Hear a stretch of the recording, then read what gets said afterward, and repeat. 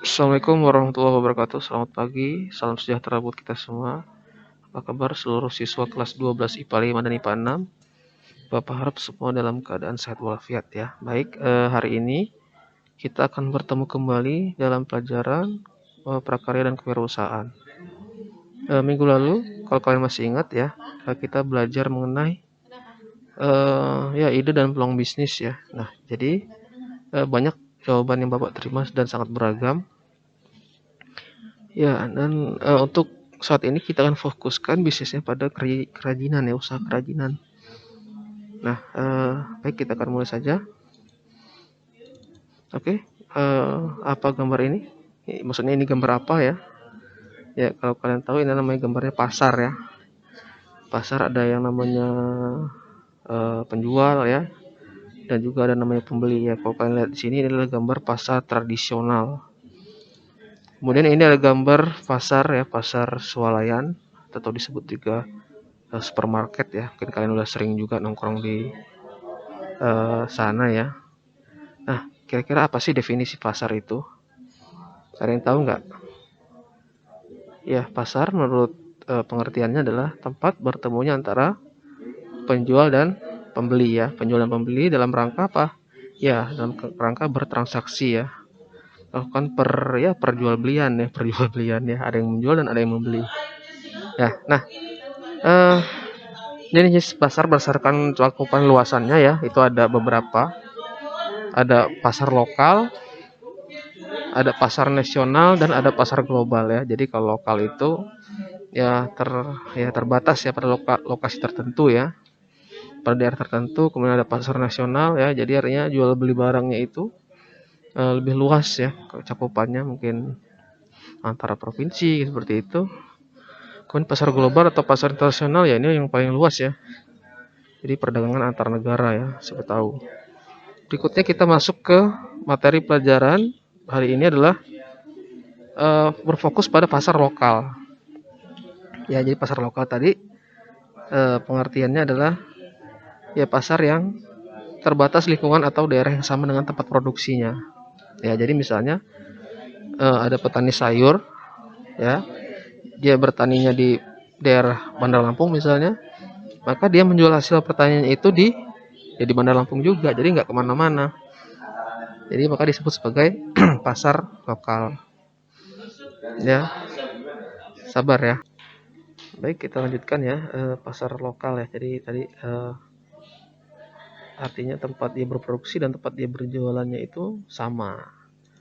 Kita lanjutkan dengan ya pasar dapat dibedakan berdasarkan kesamaan perilaku pembeli ya. Jadi istilahnya ini adalah segmentasi pasar. Jadi pasar itu terbagi-bagi menjadi beberapa segmen ya, bagian ya. Nah, misalnya apa? Misalnya pasar ya berdasarkan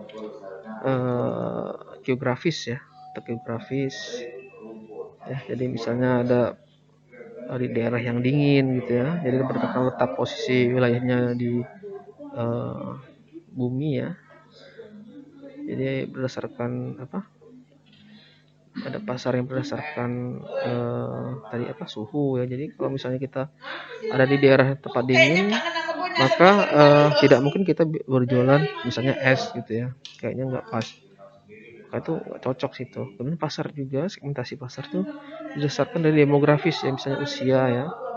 Misalnya ada barang-barang tertentu yang dijual pada usia tertentu ya, misalnya pampers ya, itu untuk khusus bayi misalnya ya. Kemudian ada juga pampers dewasa. Kemudian gender, untuk apa, jenis kelamin ya.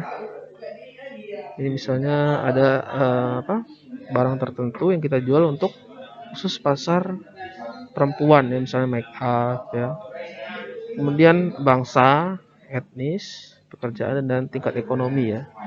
Jadi misalnya ada barang yang memang dijual untuk ya tingkat ekonomi yang rendah, yang sedang, atau yang tinggi ya.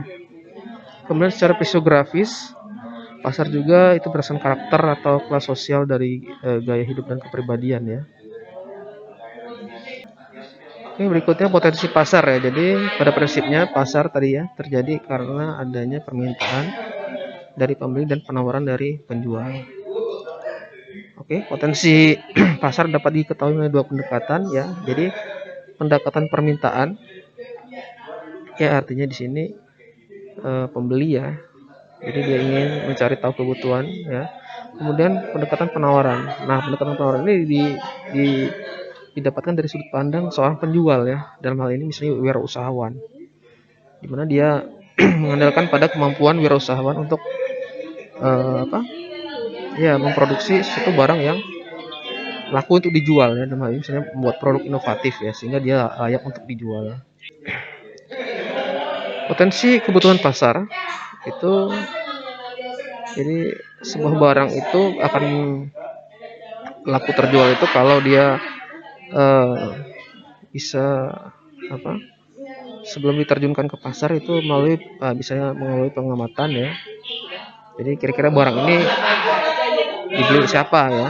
Kemudian ide pengembangan produk ya, berasal dari kebiasaan. Jadi kebiasaan apa dari pasar pembeli. Kemudian penetapan pasar ya, konsumen diharapkan membeli produk, sasaran sangat penting dilakukan agar produk dapat diterima. Jadi kita dalam membuat sebuah produk itu nggak bisa langsung terjun ke pasar ya. Jadi harus ada pengamatan. Pengamatan dari apa? Dari kebiasaan-kebiasaan yang ada pada si pembeli ya. Jadi kalau kita mau berjualan yang apa, menjual sebuah produk yang tidak di luar kebiasaan, maka itu tidak akan baik.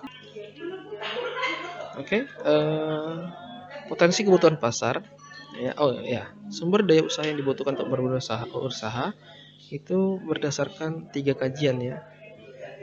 Jadi kalau kita ingin membuat suatu produksi yang berkaitan dengan kerajinan, maka itu ada 3 hal yang harus kita perhatikan. Pertama adalah sumber daya material atau bahan baku, kemudian teknik dan alat, kemudian keterampilan yang kita butuhkan untuk membuat bahan tadi menjadi sebuah produk. Ya, material atau bahan baku harus tersedia dalam jumlah yang cukup. Apa gunanya? Agar produk yang kita hasilkan itu memiliki standar bentuk dan standar kualitas yang sama ya. Jadi nggak mungkin kita hanya membuat satu ya, kemudian kita tidak bisa membuatnya sama ya. Jadi harus ada standar bentuknya. Ya, misalnya kita memproduksi suatu alat misalnya gantungan baju ya. Nah, gantungan baju kalau kita membuat standar berbeda-beda dengan bahan baku yang berbeda-beda, maka itu tidak akan ya bagus ya untuk di pasaran, dan juga ada standar kualitas. Kemudian teknik dan alat tergantung dari materialnya. Jadi teknik atau alatnya ya tergantung dari bahannya ya. Misalnya bahan kayu, tekniknya apa, atau alatnya apa. Ya misalnya kayu bisa kita gunakan teknik pahatan, maka alatnya ya berupa pahat ya. Misalnya materialnya berupa kertas ya, kita gunakan gunting dan seterusnya.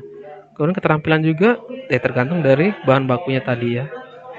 Jadi keterampilan kita harus bisa menganyam ya, kalau misalnya itu berupa kayak daun-daunan ya, kemudian bisa pahatan kalau misalnya kayu atau batu, kemudian cetakan ya kalau misalnya kertas, dan seterusnya lain-lain.